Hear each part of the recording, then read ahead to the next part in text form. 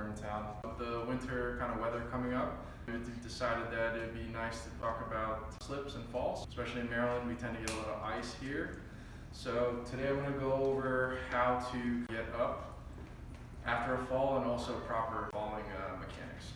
Okay, so the number one thing you want to be careful with when you're falling is you don't want to land on one point on your body. Typically with a fall, what will happen is as we slip, we tend to put our hands out in front of us.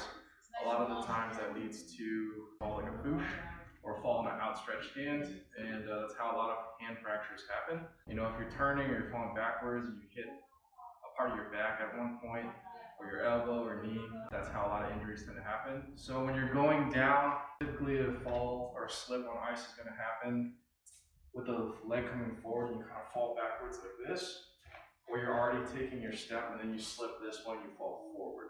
Okay? Either way, if you're going forward or backwards, you want to try and rotate if possible. So say I'm coming forward, I slip and fall backwards. What you want to do is you want to come up this way. So if I'm going to fall back, I'm coming down this way. So if you're taking your step and you're slipping forward, how that would look is you want to cover your head as you're coming down. So as you're falling, again, you just don't want to kind of come down and land this way, or come down and land directly on your back. Most important thing is to protect your head. Okay. A question I get a lot, not necessarily just with the ice, is people don't know how to transfer from the floor. It's difficult to get up after you kind of fall. So say I'm going to start on my back here. The first thing you want to do is kind of get onto your side. Okay, so what I tell people is bend one knee. If one of your legs is stronger than the other one, you want to use that one. You're going to push off the floor with your leg and your arm. Okay, so first thing is to get onto your side. Once you're on your side, you just want to prop up onto your elbow. So you're going to take your hand onto the floor. You're going to drive with your elbow kind of up until you're kind of propped up like so. All right. From here, you want to get onto all fours. So just quick transition onto all fours here.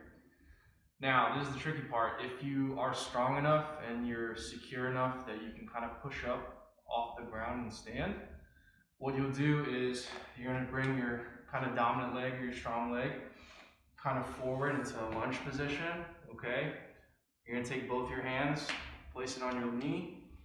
And you're going to use your upper body to kind of help. So you're going to push through your leg and then push with your hands up to here. Now obviously you want to make sure that you're not standing on the icy part because we don't want you to go down again. But generally, if you can have enough strength to do that, that's a good way to do it. If we get back down and say you don't have enough strength to kind of push up all the way, you're going to crawl to either a step or something secure to kind of help you up, okay? So say you slip on the sidewalk in front of your house.